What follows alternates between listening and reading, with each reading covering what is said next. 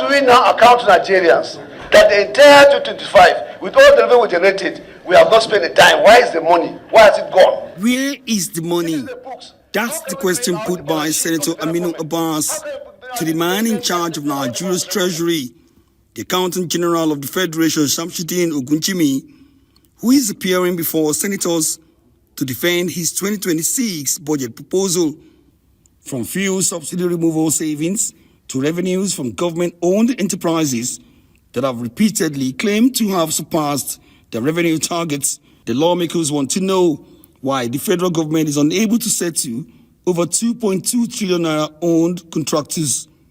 The Senate Committee on Finance is now refusing to even lay a finger on the 2026 budget proposal for the Office of the Accountant General, following a series of complaints of poor 2025 and 2024 budget releases.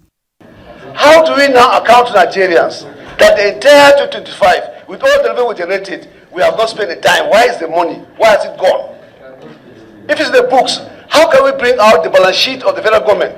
How can we bring out the statement, cash statement, or whatever of the federal government, the cash flow? We want to know, as an accountant general. Members of this chamber are not unaware where these monies are channeled. We do. We have the records. We have evidences.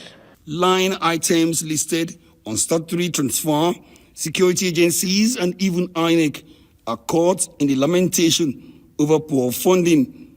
I have never seen a situation so terrible as we face today. We just finished budget defense with most of the security agencies, and it's so disheartening to know that all of them, what they presented clearly shows that there hasn't been any releases.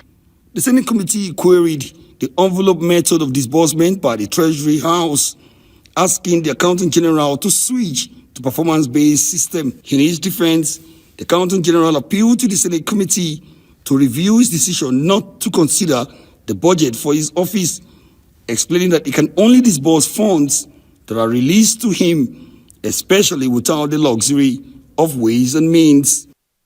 I must have the fund before I can disburse. That is one. Two, I have issues around the policy, which is the revised bottom-up cash policy.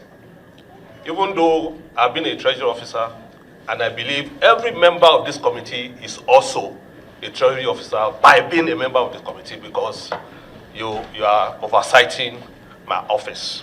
He also accused ministries, departments, and agencies of government of not remitting revenues and taxes, with many of them giving contracts that are not cash-backed. The committee subsequently called for an executive session where it hopes to iron out all of its queries with the Accountant General.